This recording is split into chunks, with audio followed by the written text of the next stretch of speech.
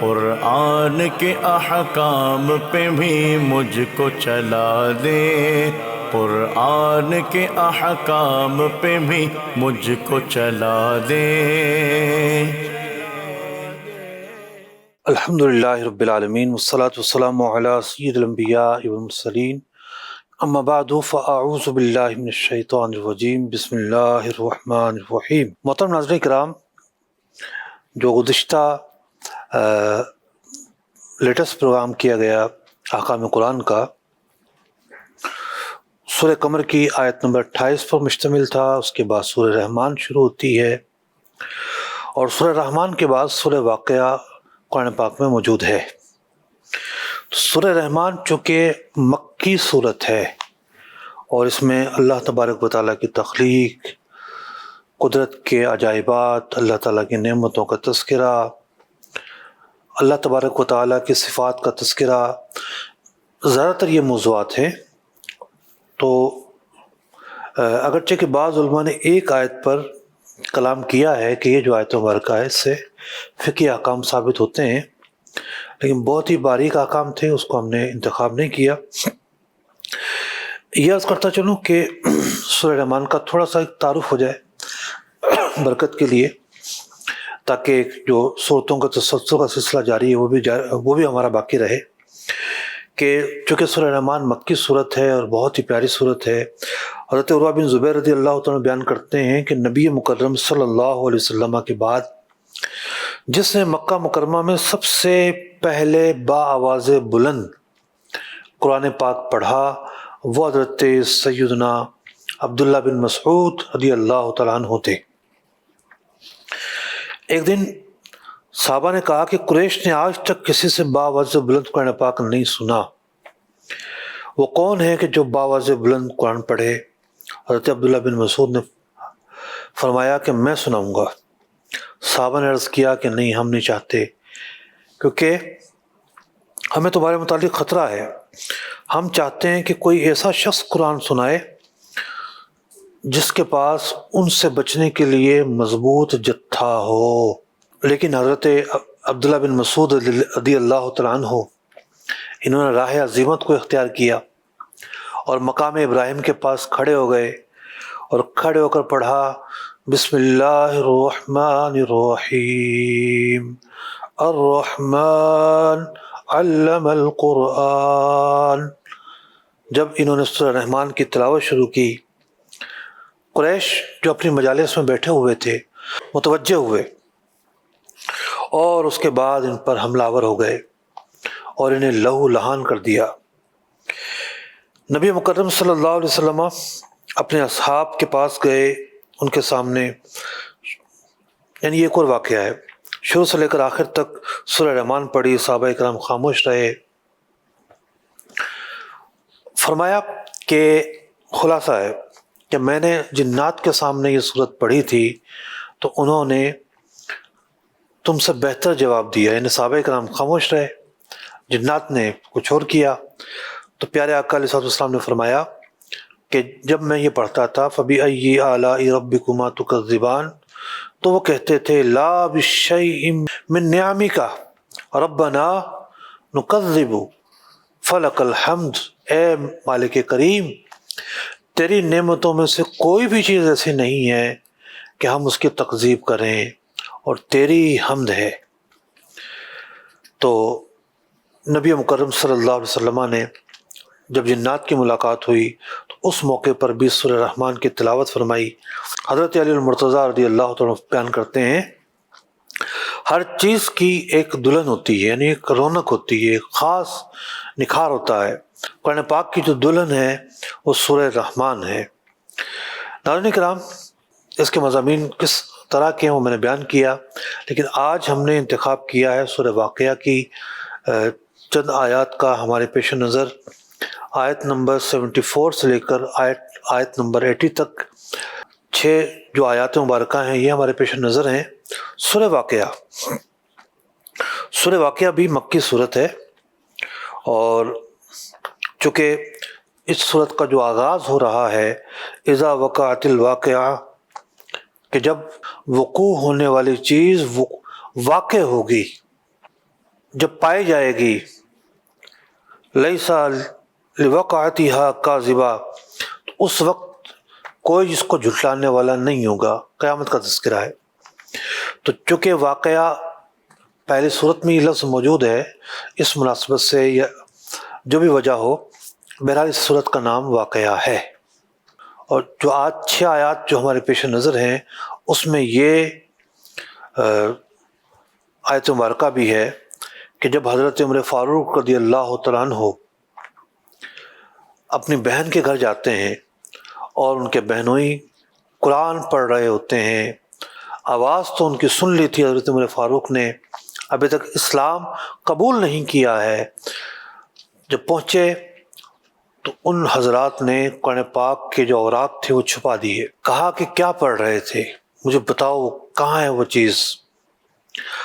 اب ان صحابہ اکرام علیہ رضوان کا قرآن پاک کا ادب دیکھیے۔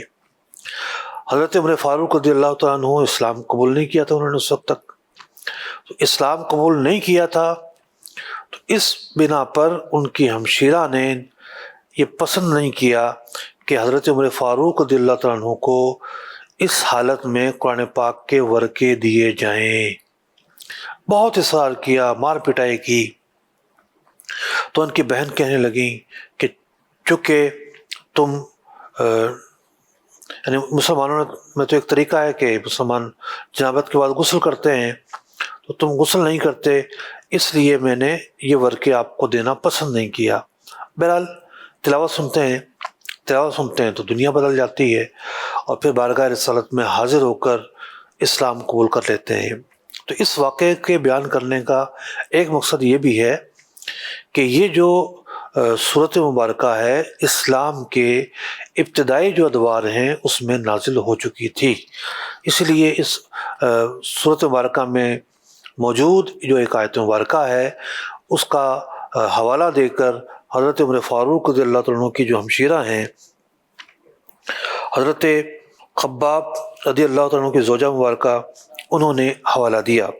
ناظرین کرام، یہ صورت مبارکہ فقر و فاقہ کے ازالے کے لیے بہت ہی مؤثر صورت مبارکہ ہے، اور کئی روایات کے اندر اس وصف کو بیان کیا گیا کہ اس صورت کے پڑھنے والا فاقے کا شکار نہیں رہتا، تنگ دستی کا شکار نہیں رہتا۔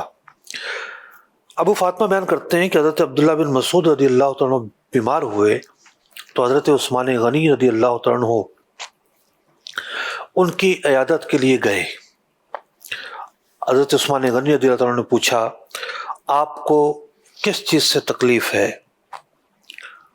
مطلب یہ بیمار پرسی کر رہے ہیں، مرض پوچھ رہے ہیں، اور حضرت عبداللہ بن مسعود رضی اللہ عنہ اللہ اکبر، کیا ان کا زہد، کیا ان کا تقوی، اور کیا ان کی للہیت اور خلوص ہے، یہ اپنی ہی دھن میں ہے۔ کہتے ہیں کہ گناہوں نے بیمار کیا ہے، گناہوں نے تکلیف پہنچائی ہے۔ پوچھا کیا آپ کیا چاہتے ہیں؟ فرمایا اپنے رب کی رحمت۔ پوچھا کسی طبیب کو لائیں؟ تو کہا طبیب ہی نے تو بیمار کیا ہے۔ یعنی دنیا میں جو کچھ بھی ہوتا ہے وہ اللہ کے چاہے بغیر نہیں ہو سکتا، آزمائشیں بھی اللہ کی طرف سے آتی ہیں، تو اللہ رب العزت جو ہے وہی شفا دینے والا ہے اور وہی بیمار کرتا ہے۔ تو ان کا اشارہ اس پورے پس منظر کی طرف تھا۔ حضرت عثمان غنی رضی اللہ عنہ بیان کرتے ہیں کوئی وظیفہ مقرر کروں آپ کے لیے؟ تو آپ نے عرض کیا کہ میں آپ کو منع کر چکا ہوں، مجھے اس کی حاجت نہیں۔ کہا آپ کے اہل و عیال کے لیے؟ کہا کہ میں نے ان کو ایک ایسی چیز سکھا دی ہے کہ وہ اس کو پڑھ لیں گے تو کسی کے محتاج نہیں رہیں گے۔ میں نے نبی مکرم صلی اللہ تعالیٰ علیہ وسلم کو یہ فرماتے ہوئے سنا کہ جس نے ہر رات سورہ واقعہ پڑھی وہ کسی کا محتاج نہیں ہوگا۔ حضرت انس بن مالک رضی اللہ عنہ بیان کرتے ہیں کہ رسول اکرم صلی اللہ علیہ وسلم نے ارشاد فرمایا تم اپنی عورتوں کو سورہ واقعہ سکھاؤ، کیونکہ یہ خوشحال کرنے والی صورت ہے۔ جہاں اس صورت کے اندر یہ راز پوشیدہ ہے کہ اس کا رات کو پڑھنے والا فقر کا شکار نہیں ہوتا، خوشحال رہتا ہے۔ وہیں جو اس کے مطالب اور مضامین ہیں، خوف و خشیت کے مضامین ہیں۔ ایک روایت میں آتا ہے، حضرت ابن عباس رضی اللہ تعالیٰ عنہ بیان کرتے ہیں کہ حضرت سیدنا صدیق اکبر رضی اللہ تعالیٰ عنہ نے عرض کیا، یا رسول اللہ صلی اللہ علیہ وسلم۔ اب اس کیا عرض کیا، اس سے پہلے میں بیان کرتا ہوں۔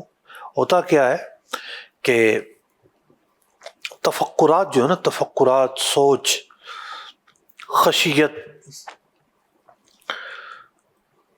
ایک کیفیت ہوتی ہے ہر آدمی کی۔ اگر کوئی ایسی کیفیت میں ہے تو وہ تھکا تھکا لگے گا اور ایک الگ کیفیت نظر آئے گی، اور انسان کبھی بہت تر و تازہ ہوتا ہے۔ تو یوں انسان کی زندگی کے یہ حصے ہوتے ہیں۔ تو اب الفاظ یہاں پر یہ ہیں، انہوں نے عرض کیا، یا رسول اللہ صلی اللہ علیہ وسلم، آپ بوڑھے ہو گئے ہیں، 60 سال 63 سال میں تو کوئی اتنا بوڑھا نظر نہیں آتا، اور حضور علیہ السلام تو خوب جوان ہیں، لیکن جو آپ پر جو ایک تفکرات کی کیفیت ہوتی تھی وہ بیان کرنا یہ مقصود ہے۔ تو آپ نے فرمایا کہ سورہ ہود، واقعہ، مرسلات اور اما یتساءلون اور اذا الشمس کورت نے مجھے بوڑھا کر دیا ہے۔ یعنی ان آیات میں، ان صورتوں میں غور و فکر نے، اور جو کیفیت ہے اس کے بعد جو پیدا ہوتی ہے، تو یہ کیفیت یعنی ان صورتوں کے جو مضامین ہیں وہ ایک الگ ہی مضامین ہیں۔ وہ مضامین بندے کو فنا فی اللہ کی طرف لے جاتے ہیں۔ اللہ تبارک و تعالیٰ کی تخلیق، اس کے بنائی ہوئی کائنات میں غور و فکر، اور اس کائنات کے غور و فکر کے ذریعے اللہ تبارک و تعالیٰ کی پہچان، اللہ تعالیٰ کے اوصاف کی پہچان، اس کی معرفت اور اس کی محبت، بندہ اس میں بڑھتا چلا جاتا ہے۔ تو جو مضامین اس صورت میں بیان کیے گئے، شروع میں زلزلے کا بیان کیا گیا، پہاڑ ریزہ ریزہ ہو جائے گا، اور پھر بیان کیا گیا کہ جن لوگوں سے حساب لیا جائے گا ان کی 3 قسمیں ہوں گی، اصحاب یمین جن کا نام اعمال سیدھے ہاتھ میں ہوگا، اصحاب شمال جن کا نام اعمال بائیں ہاتھ میں ہوگا، السابقون نیکی میں جلدی کرنے والے۔ یہ بتایا گیا کہ جناب قیامت کے دن تمام اولین و آخرین کو میدان محشر میں جمع کیا جائے گا۔ اللہ تبارک و تعالیٰ کے وجود، اس کی وحدانیت، اس کی تخلیق، اس کی قدرت کے کمال کو بیان کیا گیا، دلائل قائم کیے گئے۔ انسان کی تخلیق، زمین کی پیداوار، بارش کا برسنا، ایندھن میں جلانے کی قوت، انسان کے دوبارہ پیدا ہونے پر ان سب چیزوں سے، یعنی انسان کے دوبارہ پیدا ہونے پر استدلال کیا گیا۔ اور اللہ تعالیٰ نے بتایا کہ قرآن پاک کا ذکر اس سے پچھلی کتابوں میں بھی موجود تھا، اور بھی وہ عمومی مضامین ہیں کہ جو مکی صورتوں میں بیان ہوتے رہے ہیں۔ ناظرین کرام، یہ تو تھا مختصر سا تعارف۔ آج ہمارے پیش نظر کون سی صورتیں ہیں؟ قرآن رہنما ہے، جنت کا راستہ ہے۔ فسبح باسم ربك العظيم فلا أقسم بمواقع النجوم وإنه لقسم لو تعلمون عظيم إنه لقرآن كريم في كتاب مكنون لا يمسه إلا المطهرون تنزيل من رب العالمين۔ ترجمہ کنز الایمان۔ تو اے محبوب، تم پاکی بولو اپنے عظمت والے رب کے نام کی، تو مجھے قسم ہے ان جگہوں کی جہاں تارے ڈوبتے ہیں، اور تم سمجھو تو یہ بڑی قسم ہے، بے شک یہ عزت والا قرآن ہے، محفوظ نوشتہ میں، اسے نہ چھوئیں مگر باوضو، اتارا ہوا ہے سارے جہان کے رب کا۔ ناظرین کرام، آیت مبارکہ کا جو آغاز ہے، یعنی جو آیت تلاوت کی گئی، جو پہلی آیت مبارکہ ہے، اس کا آغاز ہوتا ہے اللہ رب العزت کے ایک حکم سے۔ فرمایا گیا فسبح، اپنے رب کی تسبیح بیان کرو۔ اللہ تعالیٰ کی تسبیح کس لفظ کے ساتھ بیان کی جائے؟ بہت سارے الفاظ خود قرآن بیان کرتا ہے۔ سبحان بھی ایک تسبیح ہے، سبحان ربک رب العزت عما یصفون، اور بھی کلمات تسبیح ہیں۔ تو یہاں قرآن نے ایک خاص لفظ ذکر کیا کہ اس لفظ کی تسبیح بولی جائے، فسبح، تو اے سننے والو اللہ کی تسبیح پکارو، بسم ربک العظیم، عظمت والا جو رب ہے اس نام کی تسبیح پکارو، سبحان ربی العظیم، پاک ہے عظمت والا رب۔ جب یہ آیت مبارکہ نازل ہوتی ہے تو نبی مکرم صلی اللہ علیہ وسلم حکم دیتے ہیں اجعلوها فی رکوعکم، جس تسبیح کا یہاں ذکر کیا گیا ہے اس تسبیح کو اپنے رکوع میں لازم کر لو۔ اور اس کے بعد پھر ایک اور صورت مبارکہ ہے جب وہ نازل ہوئی، سورہ اعلیٰ، کہ لفظ اعلیٰ سے اللہ کی تسبیح بیان کرو۔ یہاں لفظ عظیم سے اللہ کی تسبیح بیان کرنے کا کہا گیا سورہ واقعہ میں۔ پھر جب وہ آیت مبارکہ نازل ہوئی تو حضور نے فرمایا اجعلوها فی سجودکم، کہ اس تسبیح کو اپنے سجدوں میں لازم کر لو۔ ناظرین محترم، بات بڑی واضح ہے کہ قرآن کے اندر کیا اسرار اور رموز پوشیدہ ہیں، ترجمے سے نہیں آئیں گے۔ اب اس آیت کا ترجمہ تو بڑا واضح ہے، لیکن یہاں مطلب کوئی سبحان ربی العظیم پڑھتا رہے بلا شبہ نیکی کا کام ہے، لیکن ایک خاص جو حکم ہے، اس کا ایک محل جو ہے وہ رکوع ہے، یہ بات ہمیں احادیث مبارکہ بیان کرتی ہیں۔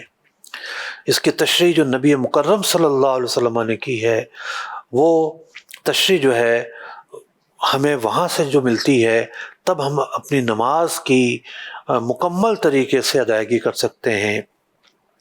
تو آج کے اس پروگرام سے ہمیں بھی پتہ چلا کہ جو رکوع کی تسبیح ہے اس کا ماخذ کیا ہے۔ اس کا ماخذ قرآن ہے۔ اس پورے پروگرام کا مقصد یہ ہے، اب یہ پروگرام اپنے اختتام کی طرف جا رہا ہے، کوئی مشکل سے 15-20 قسطیں رہ گئی ہیں، تو اس پورے پروگرام کا مقصد کیا ہے کہ جو فقہی احکام ہیں ان کا ماخذ کیا ہے؟ ان کا ماخذ ہے قرآن پاک۔ کہاں قرآن پاک میں حکم بیان کیا گیا؟ جیسے پچھلے پروگرام کے اندر ہم نے قسمت، ایک لفظ ہے قسمت، اس کا مطلب ہے تقسیم کاری۔ تقسیم کاری کا جو نظام ہے اس پر تفصیل کے ساتھ گفتگو کی تھی، اور زندگی کے درجنوں جو شعبۂ زندگی ہیں، جو مختلف درجنوں جو شعبہ جات ہیں، اس کو سامنے رکھ کر بات کی تھی کہ ہم کہاں کہاں جو ہے وہ حقوق میں تقسیم کاری کر رہے ہوتے ہیں۔ ایک مشترکہ مکان ہوتا ہے تو اس کو کس طریقے سے لے کے چلنا ہوتا ہے، باقی چیزیں، دیگر معاملات۔ تو اصل ماخذ تو قرآن ہے۔ تو جو لوگ ایسے ہیں کہ جو ہمارا پروگرام دیکھ رہے ہیں، پچھلی قصہ دیکھنا چاہتے ہیں، تو مفتی علی اصغر کے نام سے یوٹیوب چینل موجود ہے، پلے لسٹ میں جائیں، اس پروگرام کے 200 جو ایپیسوڈ ہیں آپ کو اس میں نظر آئیں گے۔ یعنی قرآن پاک کی جو آیات احکام ہیں تقریباً 500 کے قریب ہیں۔ ان آیات احکام کی آپ تفسیر سیکھنا چاہتے ہیں تو یہ جو پلے لسٹ ہے آپ کے لیے بہت ہی معاون و مددگار ہے۔ نبی مکرم صلی اللہ علیہ وسلم کی جو عادت مبارکہ تھی، وہ عادت مبارکہ یہ تھی کہ آپ صلی اللہ علیہ وسلم رکوع اور سجود کی جو تسبیحات ہیں انہیں 3 مرتبہ پڑھا کرتے تھے۔ حدیث پاک میں ہے قال رسول اللہ صلی اللہ علیہ وسلم اذا رکع قال سبحان ربی العظیم، رکوع میں آپ یہ تسبیح پڑھتے 3 مرات، 3 مرتبہ۔ وَإِذَا سَجَدَ، اور جب آپ سجدہ ادا فرماتے قال سبحان ربی الاعلی 3 مرات، اس وقت بھی آپ 3 مرتبہ یہ تسبیح پڑھتے سجدے والی۔ فقہ کرام نے لکھا کہ جس سے ہو سکے وہ رکوع اور سجدے کی جو تسبیح ہے وہ 3 ہی دفعہ پڑھے، اور 3 دفعہ نہ پڑھنا مکروہ تنزیہی ہے، خلاف اولا ہے، اس کی عادت نہیں بنانی چاہیے، اچھی بات نہیں ہے۔ رکوع جو ہے بندہ اللہ کے قریب ہوتا ہے، رکوع میں سارے تصورات سے ہٹ کر وہ انتہائی محبت کے ساتھ کہہ رہا ہوتا ہے کہ میرا رب عظمت والا ہے، اللہ اکبر، اپنے آپ کو جھکاتا ہے اور اپنے رب کی عظمت کو بیان کرتا ہے، 1 دفعہ نہیں، 2 دفعہ نہیں، 3 دفعہ، 2 رکعت والی میں 6 دفعہ اور 4 رکعت والی میں 12 دفعہ۔ پھر سجدے میں جاتا ہے، سجدے تو 2 ہوتے ہیں رکعت میں، تو یہ تعداد اور بڑھ جاتی ہے۔ تو بعض لوگ سوچتے ہیں کہ ہم کوئی تسبیح نہیں پڑھتے، ہم کچھ اور نہیں پڑھتے۔ بھائی نماز سب سے بڑھ کر تسبیح ہے۔ آپ دیکھیں کہ 1 رکعت کے اندر 2 سجدوں میں بندے نے 6 دفعہ جو ہے وہ تسبیح پڑھی ہے، اور 4 رکعتوں میں 24 دفعہ تسبیح پڑھی ہے، اور 12 یہ شامل کر لیں، 5 وقت کی کتنی ساری تسبیحات اس کی ہو گئی ہیں۔ تو جو چاشنی نماز کے دوران بندے کو ملتی ہے، جو لذت بندے کو نماز کے دوران ملتی ہے، اس کی اپنی ہی کیفیت ہے۔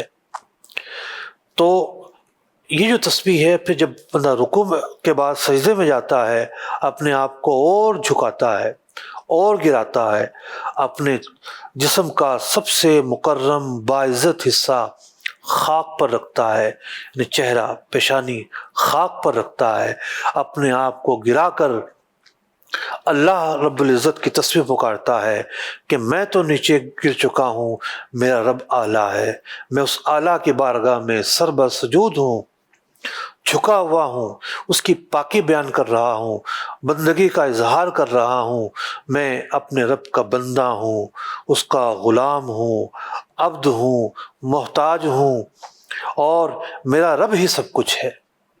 تو عبادت معبود کی بارگاہ میں تعظیم بجا لانے کا نام ہے۔ تو جس طریقے سے نماز کی جو حیت ہے، جو حرکات ہیں، جو نماز کے اندر ایکٹیویٹی ہے، یہ ساری کی ساری تعظیم ہے۔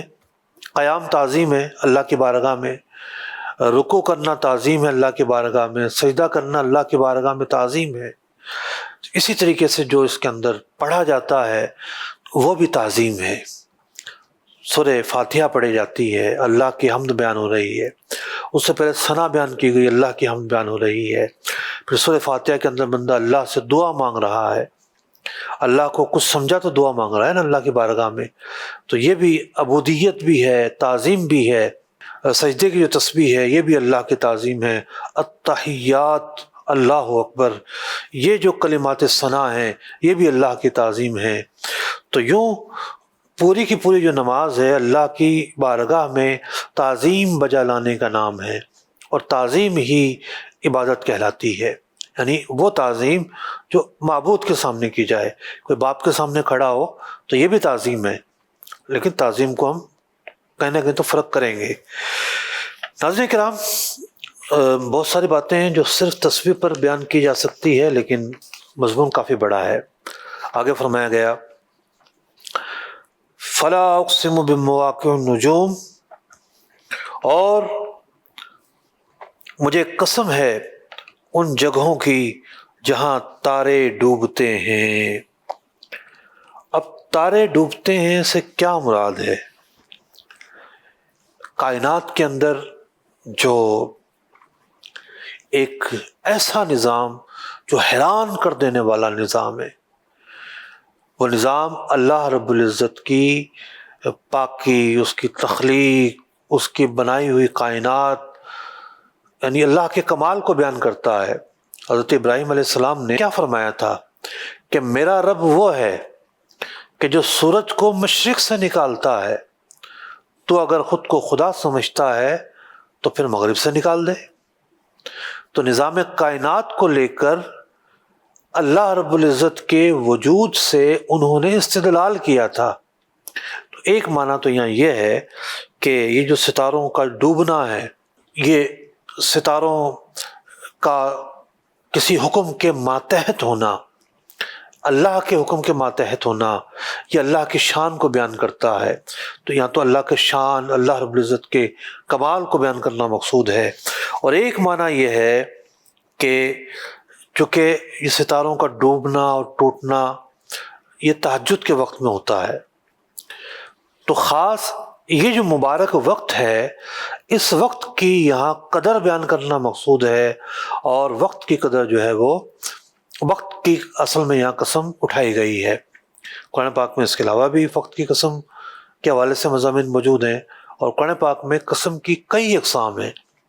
بعض مقامات وہ ہیں کہ اللہ رب العزت نے اپنے نام نامی، اسم گرامی یا اپنی صفات جو ہے ان کے ذریعے قسم بیان کی ہے۔ بعض یعنی اللہ تبارک و تعالیٰ کی جو صفات ہیں، مثال کے طور پر فَوَرَبِّ السَّمَاءِ وَالْأَرْضِ، کہیں فرمایا گیا تاللہ، اور کہیں جو ہے وہ قرآن کی قسم بیان کی گئی ہے، فرمایا گیا یاسین والقرآن الحکیم، قاف والقرآن، اور کہیں جو ہے مختلف جو اشیاء ہیں ان کو ذکر کیا گیا ہے۔ تو جیسا کہ طور ہے، زاریات ہے، نجم ہے، مواقع نجم ہے، شمس ہے، قمر ہے، لیل و نہار ہے، قیامت کا دن ہے، فجر ہے، بلد ہے، تین ہے، مختلف اشیاء یا زمانہ ان کے حوالے سے جو ہے وہ قسم بیان کی گئی ہے۔ ایک قرآن پاک کا اسلوب ہے، فہم قرآن کے تعلق سے ہم بات بیان کر رہے ہیں۔ تو یہاں نجم کی جمع ہے ستارے، تو یہاں ڈوبتے ستاروں کی قسم کے تعلق سے پس منظر کیا ہے اور مفسرین نے اس کے حوالے سے کیا نکات بیان کیے ہیں، ان کا خلاصہ میں نے آپ کے سامنے بیان کیا۔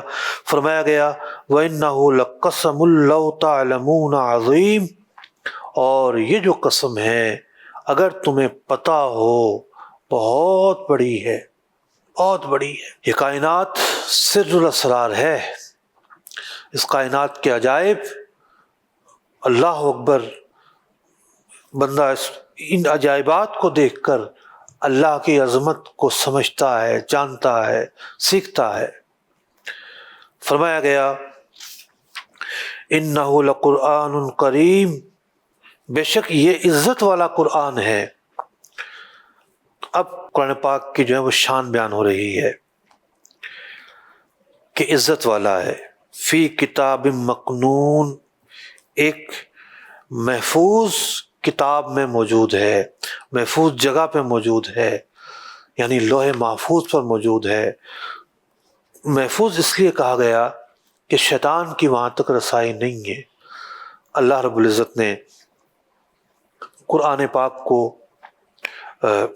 لیلۃ القدر کی رات میں لوح محفوظ پر نازل کیا، اور پھر لوح محفوظ سے لے کر حضرت جبریل امین نبی مکرم صلی اللہ علیہ وسلم کی بارگاہ میں حاضر ہوتے رہے اور آیات بیان کرتے رہے، قرآن آپ کے سپرد کرتے رہے۔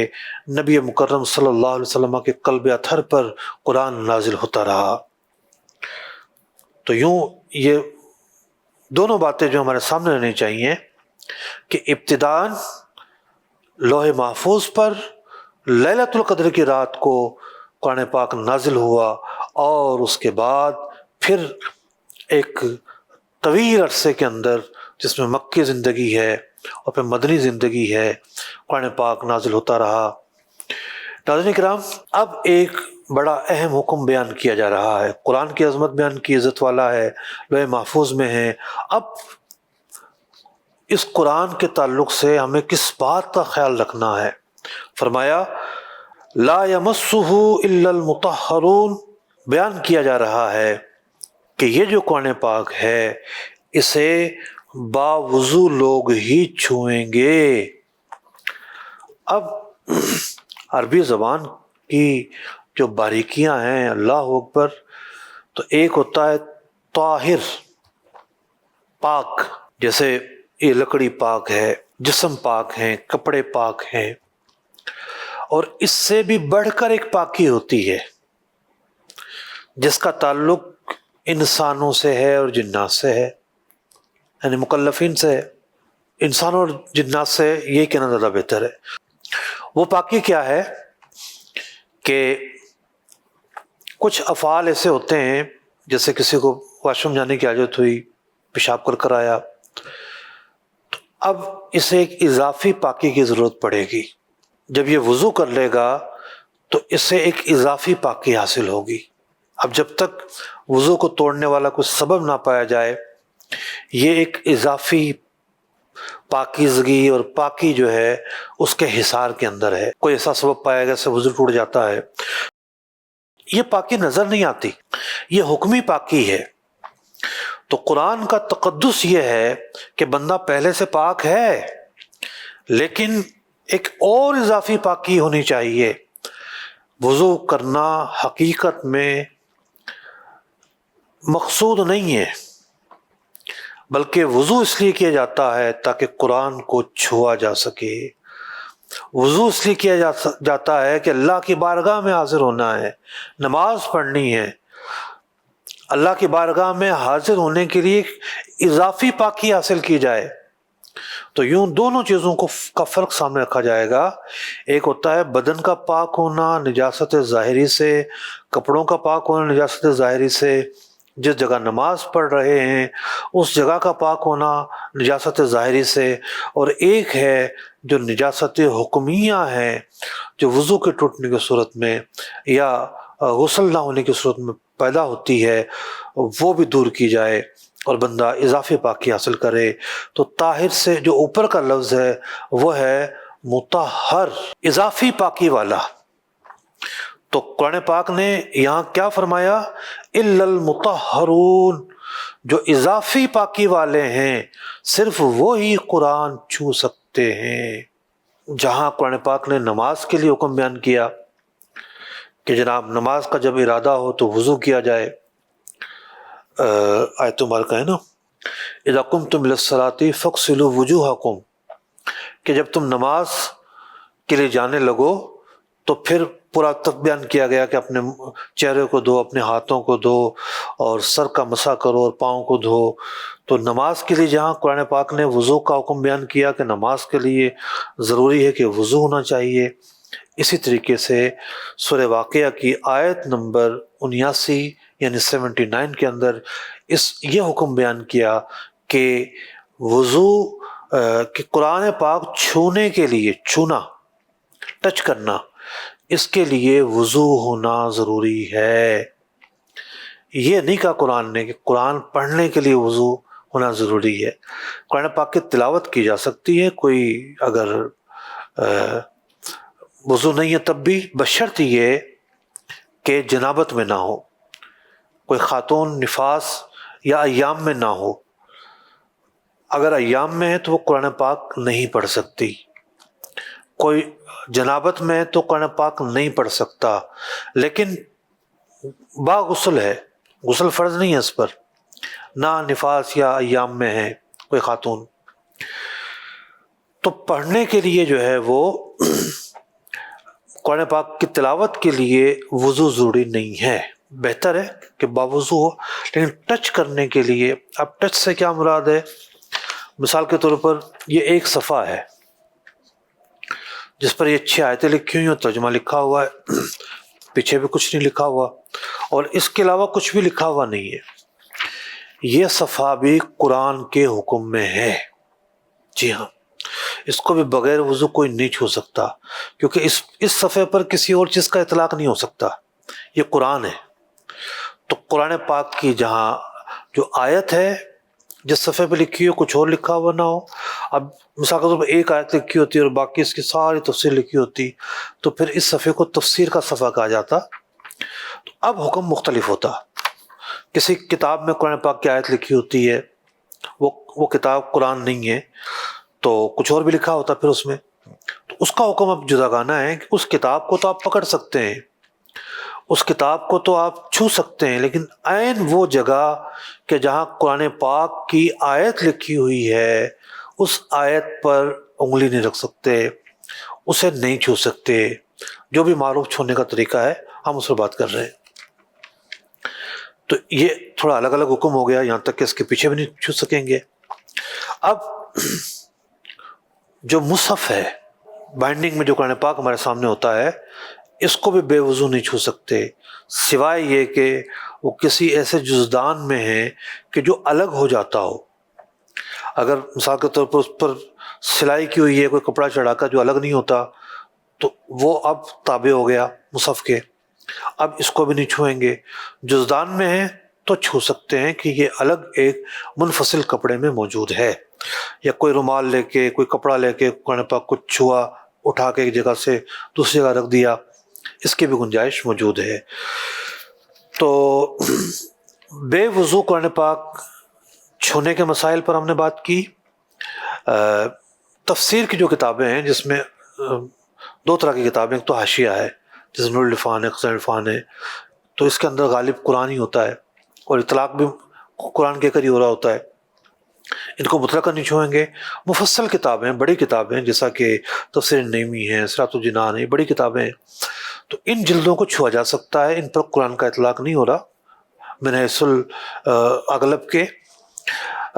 اور ایک اور بحث اور ایک اور گفتگو ہے جو ہم نے آج نہیں کی، جنابت کے حوالے سے تفصیلی مسائل بیان نہیں کی، ایک دو مسئلے بیان کر دیتا ہوں میں، کہ جنابت میں قرآن پاک کے پڑھنے کو ہم نے منع کیا ہے۔ اس میں کوئی درود پاک پڑھتا ہے، کوئی آیات ثنا پڑھتا ہے ثنا کی نیت سے، جیسے آیت الکرسی ہے، یا کوئی خاتون جو ہے وہ ان ایام میں جو لاحق ہوتے ہیں تسبیح پڑھتی ہے، درود پاک پڑھتی ہے، دعا پر مشتمل آیت دعا کی نیت سے پڑھتی ہے، ربنا آتنا فی الدنیا حسنۃ وفی الآخرۃ حسنہ، تو اب نیت تبدیل ہو گئی، اب حکم الگ ہے۔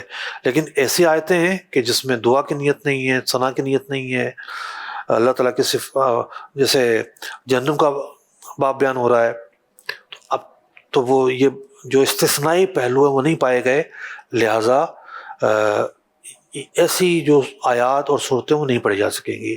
خیر، اس کے مسائل 12 بیان ہوتے رہتے ہیں۔ آگے فرمایا گیا تنزیل من رب العالمین، یعنی ایک حکم اللہ نے بیان کیا پاکی کا کہ پاک لوگ ہی چھوئیں، اس سے پہلے قرآن پاک کی عظمت بیان کی، عزت والا ہے، کتاب مکنون میں ہے، پھر حکم بیان کیا، پھر اس کے بعد بھی قرآن پاک کی عظمت بیان کی۔ یہ آگے پیچھے عظمت بیان کرنا اس بات کو بیان کر رہا ہے کہ قرآن پاک عام کتاب نہیں ہے، اس کا ادب کرنا ہے، اور اسے بے وضو نہیں چھونا۔ موبائل میں چھونے کے حوالے سے علماء کے دور آئے ہیں۔ بعض علماء کہتے ہیں کہ بھئی یہ جو غلاف کی طرح ہے اور اندر اصل تو اندر ظاہر ہوتا ہے تو چھو سکتے ہیں۔ بعض کی رائے یہ کہ نہیں، یہ جو اسکرین ہے ہمارا ڈسپلے، یہی اصل میں یہی حروف ظاہر ہو رہے ہیں تو نہیں چھو سکتے، تو احتیاط یہی ہے کہ نہ چھوا جائے، باوضو چھوا جائے۔